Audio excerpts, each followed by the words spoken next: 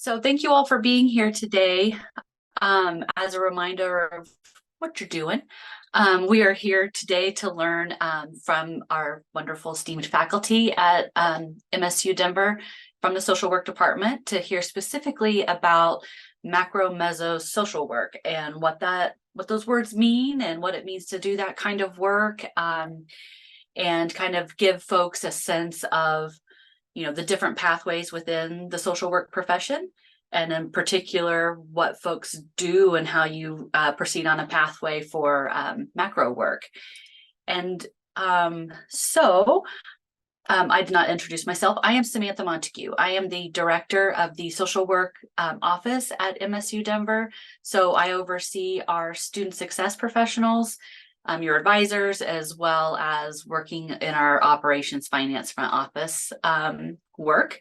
And so I have the great pleasure to work with our faculty, of which today we have Brad Palmertree here to speak with you today about the work that he does and explain a little bit about macro mezzo social work. We should also have Eileen Starr joining us here in a little bit. She's another one of our faculty, but we're going to go ahead and get started with Brad and I answering questions. And to kick us off, I'm going to have Brad introduce himself and then talk a little bit about mezzo macro social work. And then if folks have questions, you can drop them in the chat and I'd be happy to pass them along to Brad for answers. Thanks. Well, thanks, Samantha. I appreciate you. Hi, everyone. Welcome. As Sam mentioned, my name is Brad Palmertree. I'm a faculty member here in the Department of Social Work at MSU Denver. I've been here. I started in 2021 as an adjunct and came on full-time last academic year. So it's my going in my second year full-time teaching.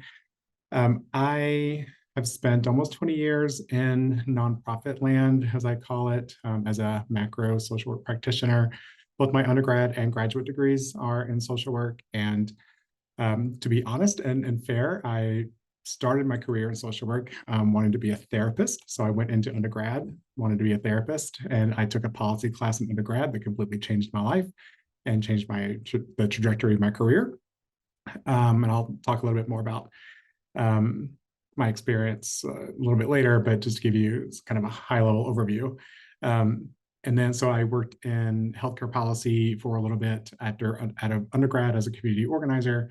And after doing that for about 4 years, I wanted to get back into what I called my social work roots, like why I went into social work to become a therapist. So I went to grad school with the idea of becoming a therapist. And then it was one semester into my graduate program where I was like, I don't know what any of y'all are talking about in these classes. None of it makes sense. All you want to do is talk about like the root causes or root issues of some of the social problems and that social workers challenge and work within. And so I just owned my macro heart at that point and just kind of switched my concentrations in graduate school to be more focused or more aligned with the macro track. And thank you, Christy. I see that as well. So I spent, after grad school, several years working in community-based nonprofits and doing a lot of macro work. And I'll talk a little bit more specifically about what that has looked like. And in 2020, moved here to Denver. So I'm from Tennessee, and I've worked in Tennessee as well as I went to grad school in Michigan, so I did a little bit of work in Michigan, and moved to Denver in 2020 and took a sabbatical. And through the sabbatical, realized that I wanted to do things a little differently. So I started a consulting practice to support mission-driven organizations in their initiatives to become trauma-informed or places of wellness and inclusion. So do a little bit of consulting on the side, but then that's when I started teaching, and then I realized I love teaching so much, and so I joined the faculty full-time. That's how I got here. So I still do a little bit of consulting, but it's very minimal at this point because teaching takes up so much of my time during the academic year. So that's a very high-level overview of my trajectory. Sam, is there another question that I should answer alongside that? Oh, that was great. Cool. Just that maybe a little bit more on what really is the macro mezzo social work. Yeah. So I look at mezzo macro social work. Sometimes I think a little differently than other people do. had a lot of conversations with students, and I've been a field instructor for interns for years, and I've often had these conversations in the field with my students as well. I look at mezzo social work as anything that lives within, or how a social work might practice within an organization. And so that would look like a role such as like an evaluator, like a program evaluation kind of role, program director, program manager rather, where you may not be doing direct work with clients, with individual clients, but you're working with the people who work with the clients. And so it's always like a little one step removed from, client facing work. I've grown to really, really love mezzo work. So I actually started my career in macro work and doing policy stuff. And I've transitioned over the years to do more mezzo level work within organizations. And that is where I now know that I find a lot of my joy is working in and with and on behalf of organizations who want to do good work while they do the good work, right? So mezzo work, again, kind of the organizational level. So it's anything from program evaluation and program management and directing, being an executive director or a CEO, being a fundraiser, even if you want to write grants or raise money in other ways. Like there was another thread I wanted to tie in there. Maybe it'll come back to me. And then macro level work is like a little above that. So it's working with communities. And maybe sometimes that's how organizations are working in and with communities as well. So you can have some overlap between mezzo and macro work there with how organizations are connected and collaborating with other organizations doing similar work or different work, but aligned and connected so that they can, improve outcomes for the clients that they're working with. So at the macro level, I'm looking at policy in particular. So if you're changing policy and or system level kind of work, so think about child welfare system or juvenile justice system and how those are even connected and some of the policies that are associated with the outcomes that we see for the kids and families that navigate those two systems in particular. So any kind of policy work, whether that's a lobbyist, even just an advocate, so you don't even have to have like a paid role to be in a macro, to be participating in macro level work. It could be a side, I want to say a side hustle or side gig, but just something that you do to connect your like micro level practice to the larger systemic level stuff that we all care about, right? And so that's how I distinguish between mezzo and macro level work. Mezzo is organizational, macro is more systems and policy level work. And sometimes you can float in between the two, and sometimes you just live in one or the other. So, Brad, you're going to do a lot of talking because I have a lot of questions.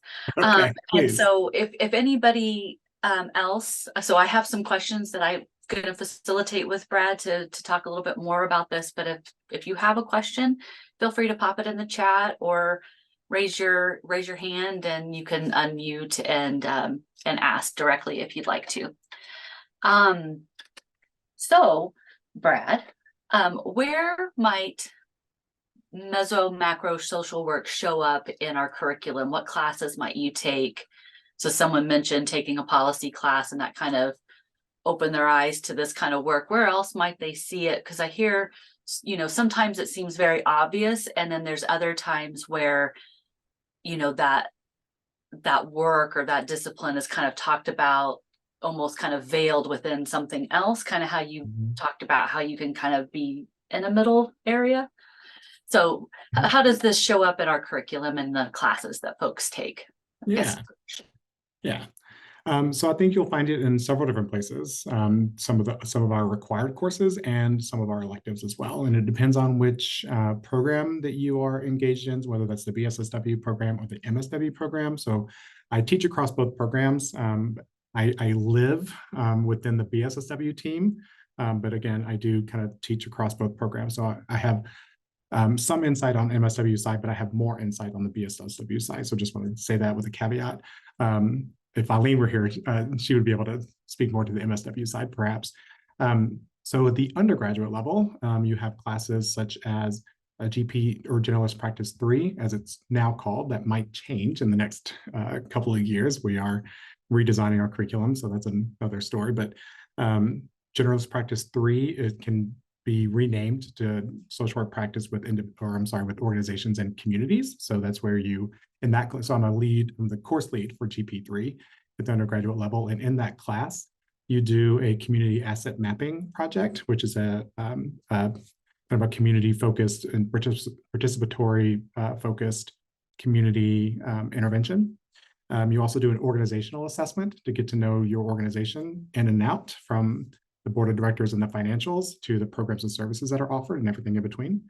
At the undergraduate level, there's also policy, social policy, and social justice.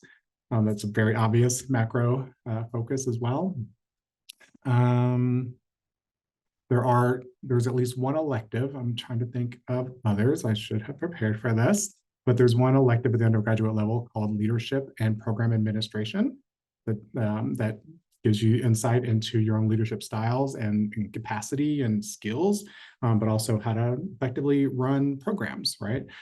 Which social workers often do, because a social work degree will get you into a position of leadership pretty quickly, especially in MSW. I mean, you're almost guaranteed to be in a position of leadership where you're supervising other people and making, big decisions within a couple of years, if not right out of graduate school. So leadership and program administration, that may be, I'm running through. I will say, I think some of the intentionality that we have put into integrating anti-oppressive practice throughout some of our courses. Generalist Practice 4 at the undergraduate level is specifically about anti-oppressive and anti-racist practice. We have tried to be intentional about infusing that in other places as well, but I think that would also lend you to do good meso macro level work. I know in GP3 in particular, we talk about the characteristics of white supremacy and how they show up in organizations and communities. And so you can see some of that anti-oppressive, anti-racist work infused in other classes as well. At the master's level, there's social policy. Well, if you're advanced standing, you don't have to take social policy analysis, but you would have to take advanced social policy and advocacy. So MSW has two different levels. So if you're advanced standing, you don't have to take some of the foundation level courses, but you have to take your concentration year courses. So the foundation level, there's social policy analysis. There's also groups, teams, and leadership, which talks about how to work within groups and teams, and again, more leadership development in that course as well. There are, let me think, sorry, I'm trying to go back to the foundation level courses, maybe more macro focused. And maybe about it. Concentration year, there's, again, advanced social policy and advocacy. There's also advanced integrative practice and leadership, which I've also taught.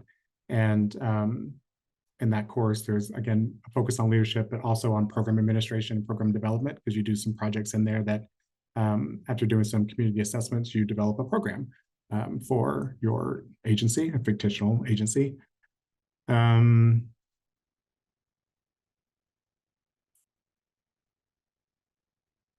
That, I'm sure there's others, and I'm brain farting, but those are the more explicit ones for sure. That's great. Thank you. Yeah. Questions from the group about what this work looks like? I mean, my brain's kind of pinging like, I'm a little interested in how, Brad, you're like a classic example of students I speak with who are interested in social work, who you kind of want to do the counseling thing and you want to go that micro route.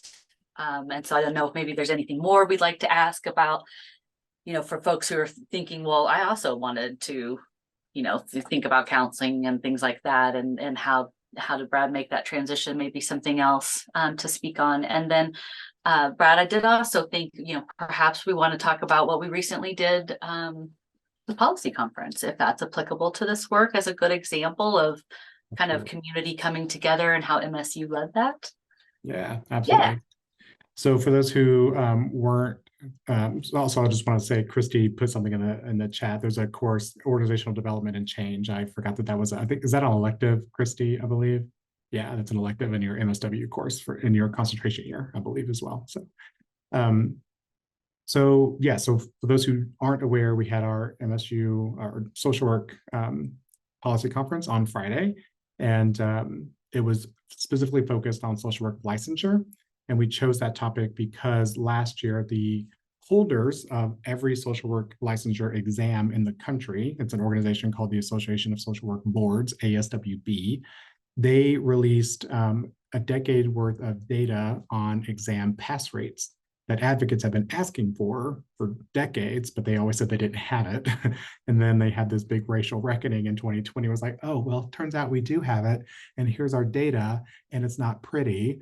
And so what we found from the data is that there's huge disparities in the pass rates amongst all different types of groups of people. So basically, if you're a person of color, if you're an older person, if you have a disability, particularly a learning disability, although that data was a little scarce, and if you spoke a language other than English primarily, then your pass rates were, I don't want to say abysmal, but a lot lower than people from a majority type demographic. And so the whole country right now, so social workers across the country are kind of grappling with this and figuring out what to do at the state level, because that's where licensure happens. There's no federal way to solve this. It has to be solved at the state level. So the policy conference, thank you, Sam, for putting that data or the link in the chat. The policy conference looked at or discussed what we can do here in the state of Colorado to create more equitable and accessible entries into social work licensure, because we have two different, well, technically three, but multiple levels of licensure. Once you graduate, you can go on to take the master's level exam, and that would give you a license of social work, so LSW. You could take, and then from there, you could take the clinical exam and become an LCSW, licensed clinical social worker. So right now we are considering taking out the master's level exam, considering the disparities in the exam rate. But we are leaving the clinical exam for now, and until we figure out an alternative pathway.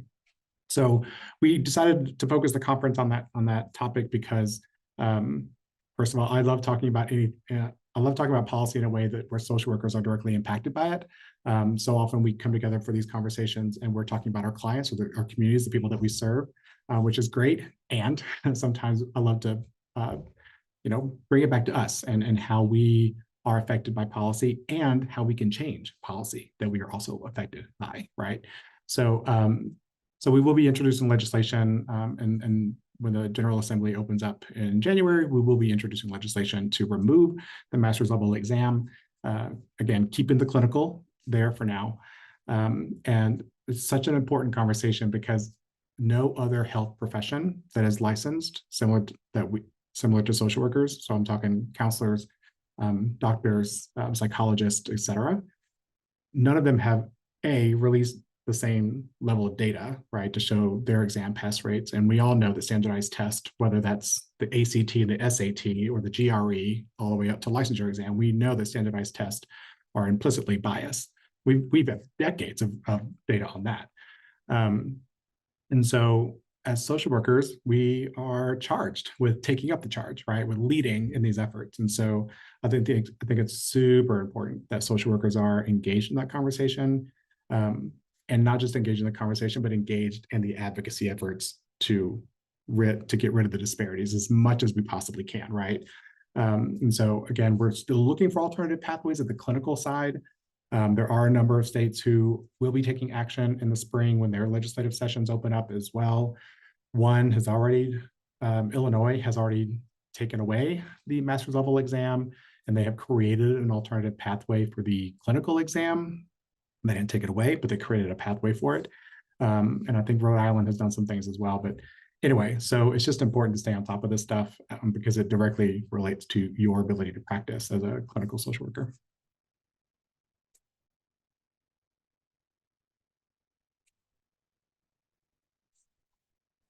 Thank Thank you.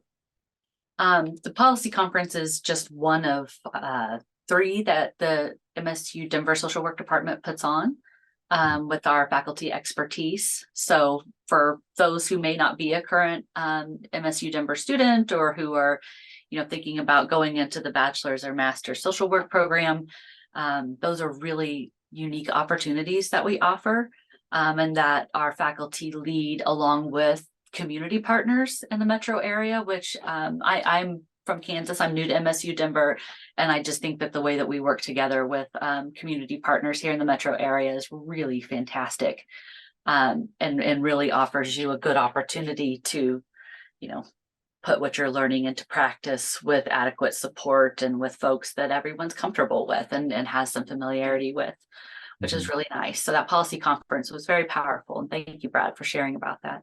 Yeah. And I think also just to point out, like the change process that social workers adhere to, what's generally called the generalist intervention model, the GIM, that starts with engagement, and you move into assessment, you move into planning, you move into intervention, all that stuff.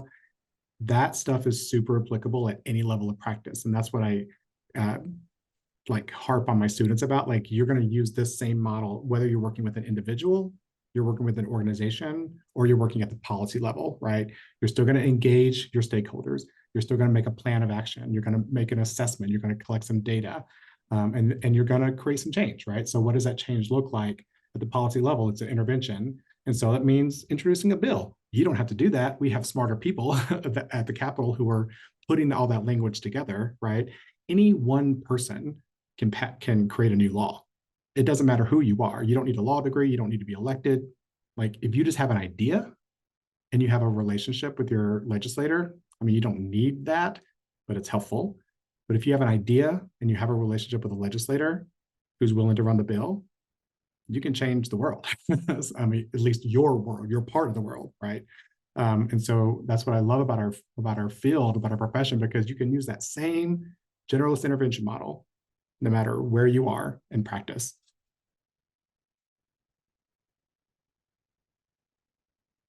Thank you. We do have one specific question that came in from a participant. That is this bit about what steps should I take to work on the macro level as a social worker, example, a lobbyist. Yeah. So I get this question a lot, and I'll preface this by saying, I think getting a paid gig as a macro social worker can be more challenging than a clinical social worker. I've known many of my grad school colleagues who really wanted to do macro work, ended up going more micro or even a little bit of mezzo, just because it was a little easier on the job hunt front.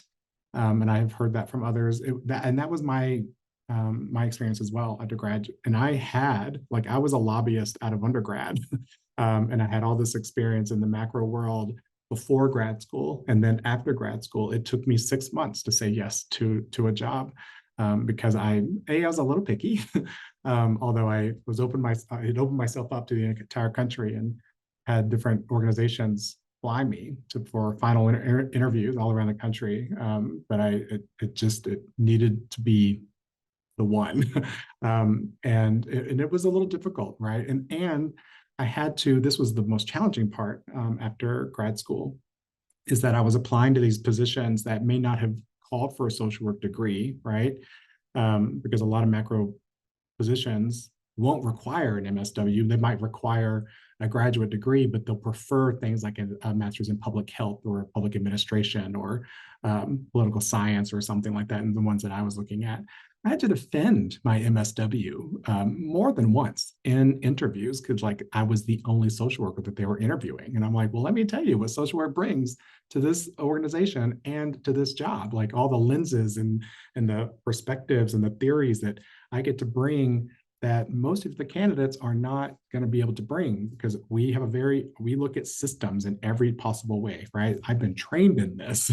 And so I had to kind of defend that a couple of times. So I just want to preface that by saying, I know it's not easy to look for and get a macro job out of whether it's undergrad or grad school.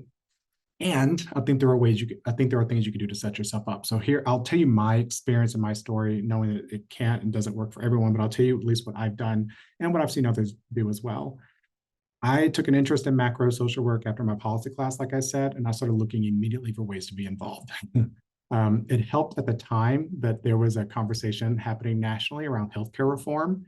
And I got plugged in really quickly to a community organization that was looking for people to like share their story about being uninsured or underinsured and how that has impacted their well-being and their life. And so I jumped at that immediately. So I was like, yeah, I'm a student, I'm uninsured, I have lots to say about this. And so I jumped in and started doing a lot of community organizing and campus organizing in particular. I worked on my own campus. Um, and that is what led me to my full-time job out of undergrad as a community organizer. Also focused on, it was with that same organization that I was volunteering for. There was a person who stepped down. She wanted me to take on the role, so I did. Volunteering is one of the best ways to do it. If you can't find a job, find a way to be plugged in somewhere. Find the places and the spaces where people are having these conversations. Even if it's just to learn. I'll tell you one way that I learned real quick also about.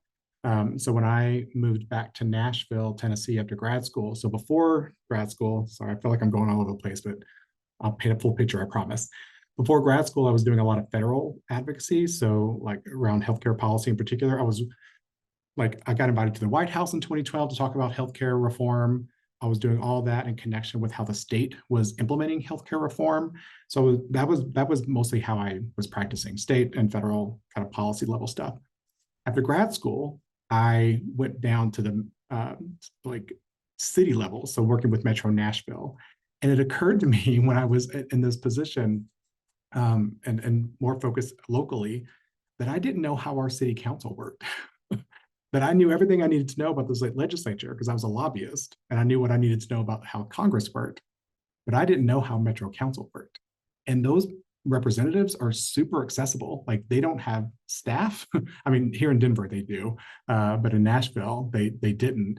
And they're super accessible. They want to hear from you, right? Like these people hold town halls and no one shows up, right? And so I just started going to every single council meeting every single week. And I would stay there until they gavelled it closed, right? And it just got me familiar with who were the players, who is showing up as well, because there's a lot of advocates who do the same thing, right? They want to stay plugged in. And so I learned who was in the room and what I needed to do if I wanted to, make a public comment, or if I wanted to bring up an issue if I wanted to bring up a very specific issue, who were the representatives on council that would listen to me, right? Just by noticing what they were talking about in the council meetings. Same thing for your school board. I didn't know how Metro Nashville Public Schools worked. And so I started showing up to the school board meetings. Again, super accessible and informative, really informative. So making sure that you're in the spaces and places where conversations are happening, just so you have an idea of who is in the room and who you need to develop a relationship with, because everything at the macro level, and I would say even at the micro level, but especially at the macro level, everything moves at the speed of trust. So developing working, trustful relationships, just like at the individual level, is always going to be key. It just moves a little slower at the macro level because there's a lot of competing priorities. And so developing relationships with the people who you need to be in relationship with, and being in and with community. If you are super interested, so say, I'm just going to pull out an example. If you are super concerned about your neighborhood's lack of sidewalks, well, first of all, why? Why is that important to you? And who else cares about this? Show up to your HOA or a community or a neighborhood organization. Find out if there's a nonprofit who's focused on this area and find out what they need. Sometimes they need people to go talk to legislators. Sometimes they just need you to raise some money, or sometimes they just need you to share something on social media. Finding the little, because especially if this can't be your full-time job, you don't need to make it a full-time job, and you easily can. So you got to watch out for burnout, 100%. So take care, you have to balance of it, everything. But again, just kind of getting plugged in, finding out what you care about, who's doing something about it, and how can I get involved? Those are the 3 questions you need to ask yourself almost every single time you want to do something at the Mezzo or macro level. What do I care about? Who's doing something about it? How can I help them? So Brad and we have a whole field team that helps students find their internships and field placements. But do you have any additional guidance? And this was a question that's been asked several times in this space, not just in this space, is like when those options seem quite micro, how do you find that opportunity for your internship field placement that will get you a little bit more on the macro mezzo? The great thing about being in field is that you have a learning agreement you have to complete and competencies to meet. And there are a small handful, 2 to 3 at least, competencies that are more measure macro focused. And so you have leverage in the field placement to be involved at the meso macro level. Sometimes you have to advocate for yourself and be creative and think outside the box. So I'm also at FFL, a faculty field liaison, which means that I teach field for MSW students currently. I'm their foundation field liaison. And so I'm supporting them in developing their learning agreements, and I'm giving them feedback. So I have, I'd say, 10 out of the 13 students, maybe 11 out of the 13 students that are just specifically clinical, and they won't ever be able to, and they have zero interest in anything meso or macro, right? And so they struggle a little bit with developing those competencies and the practice behaviors for those particular competencies that are more macro or policy related. And I'm like, and this is what I tell them: who at the agency does any kind of program development, whether that's evaluation, whether that's fundraising for it, whether that's just program management and supervising staff. Who does that? Can you shadow them for a week or so, just to learn a little bit about the ins and outs of their job? If you work at a small agency, this can be harder to do at smaller agencies. And so my encouragement to them is to find who in the community is doing something about the issues that you're working on in your field placement. For example, I've got one student who's working at an eating recovery center and just doing clinical work 100%. And there's no one at the agency who does anything related to policy. And I'm like, okay, so what's going on at the state level or a city level, wherever you're at? It might have something to do with some of the issues that are causing an eating disorder or disordered eating, right? So whether you're looking at certain qualities of life that might, feed into a disordered eating, how can you go upstream? So what's the root cause of the issue that you're focused on in your field placement? How can you go upstream a little bit to prevent or learn what prevention might look like from a macro perspective for that particular issue? And I think, for just an example, that the disorder eating placement, there is some talk about creating a disordered eating office within, I believe, the state government. And so there's some movement happening there that's fairly exciting. Awesome. So there was another question that was similar on, like, again, how do you find the macro meso work within your clinically focused classes? And if I may, from a layman's perspective, it seems to me that it's exactly what you just said insofar as looking at your field placement. It's, yes, we're talking about these micro issues, but those in your class, you're also thinking about what are other systemic things that may be causing someone to have issues in which you're seeing in your clinical practice or something, right? Yeah, right. You have more Absolutely. to Yeah. So like, as another example, I have a couple of students who are in like child welfare type placements, and I've encouraged them to look at policies that related to policies and or practices related to racial disparities in the child welfare system. If you're involved in any kind of system that has done historical harm to communities, then you absolutely need to be focused on what policies either support the harm that's still going on, or policies that perhaps can be or have been implemented to undo some of that harm, right? And so I've encouraged my students to do some research on what anti-oppressive practice looks like in child welfare system, and how can you then put that into practice with the clients that you're seeing, right? And what are some policies that have been passed at the local, state, or national level that are supposed to be helping to reduce these racial disparities that we're seeing, no matter what field or area that you're working in, and how can you embody that as a practitioner at the local, at the micro level, you know? I'll say another thing, something that really helped me in undergrad in particular, because in undergrad I was again, I wanted to be a therapist and I wanted to work specifically with queer youth. I went to a small, I went to several different colleges. I had an interesting journey through undergrad, but I graduated from a small private university that was affiliated with the Methodist Church. So they were fairly liberal, but not, you know, still had to take some Bible classes. And I focused every single assignment that I could, that I had any kind of voice and choice in the topic matter. I focused it on what I wanted to be doing. And so, and the population that I wanted to work with. So I'll give you an example. And I think everyone has to take like an economics class, whether that's microeconomics or macroeconomics.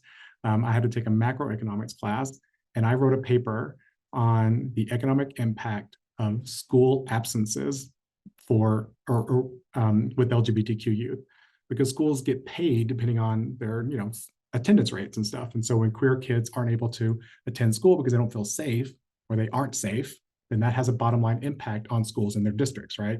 So I did a whole research paper on what that costs schools and school districts when they don't support queer kids. And so just an example of, I know at least in most of my classes here at MSU, whether that's undergrad or graduate level, you have some voice and choice in what you do for your assignments. So there are some that are a little more prescriptive than others, but by all means, I want you to take creative freedom and focus on something that may be outside the box a little bit. And I am 99.7% sure that I can say that for all faculty as well, that they want you to be creative and to focus your own studies on what you have interest in, right? So that's another way that I was able to do it a little bit through my educational journey as well. That's excellent. I think that really tied together what I know that I've been trying to piece together in my head, Brad. Thank you very much. Yeah. Yeah. So unless someone has another question out of the group, I really encourage you. We'd love to see your faces. Thank you, Jen and Christy, for being on screen a little bit with us. No shout to anybody who didn't. I get it. But if no other questions, then I think we'll wrap this one up. And thank you, Brad, for your time and wonderful information. I know I feel better, more educated on what I'm talking about. Can I say, I'll say one thing I've not been looking at the chat very much, but I think Samantha, you put in, and I may have answered this question a little bit, but what types of internships would you recommend for people considering working in macro? A lot of options for micro, but not as many that are macro focused. And that is true. If that is a specific interest of yours, I really encourage you to let your field placement coordinator or field navigator know about that so that they can look into that and or create one for you. So I'll give you an example. I've got one student right now who is at Maria Drost Counseling Center. It's just a counseling center, right? And that student is doing a macro placement with their executive director. And so and they eventually want to be a clinician. They want to, after graduation, they want to be a clinician. And that's what they did their foundation field placement with, but they're focusing their concentration year placement under the executive director so that they can learn what it takes to run an agency, right? And volunteer program, another way of doing it, volunteer coordination and volunteer management and coordination, something that I did also for years. It's a great way of getting some macro, kind of mezzo macro experience as well. Program administration, program development, I've already mentioned that a little bit. If you want to look at data and evaluation within programs and organizations, right? Anything where you might be doing an organizational assessment or assessing your programs and looking at, organizational data in that way about again, that change process, right? If we want to change the services that we're providing, how do we do that? Are we going to engage our clients in the process? What does that look like? And how can we do that ethically, right? What does our data collection look like? So, because we want to create an informed process for change, right? So what data do we need to collect and how will we collect that data? And again, can our clients be engaged in this process? Can they be our source of data? And then how do we make the change, right? And again, how can we bring clients along with this as well? And that's the beautiful thing about the social work brings, is that not only are we looking at changes to all these systems, whether it's organizational or policy, but we should hopefully be thinking first and foremost about how our clients can help us in the process. That it's a teaching and learning all the way around. It's not just us as program administrators making decisions on behalf of our clients, but we're working in tandem with our clients to make those decisions that will ultimately benefit them as well. So any ways that you can do that in the field is super helpful. And I'll tell you this, I've told multiple students this, and I know Christy can vouch for it because Christy's been a student of mine. If you can ever learn how to write a grant, you will never be unemployable. Ever, ever, ever. Grant writing is just a super person skill that everyone should be able to do because everyone needs it. Everyone does. Oh, yes, Christy, with, not for. Absolutely.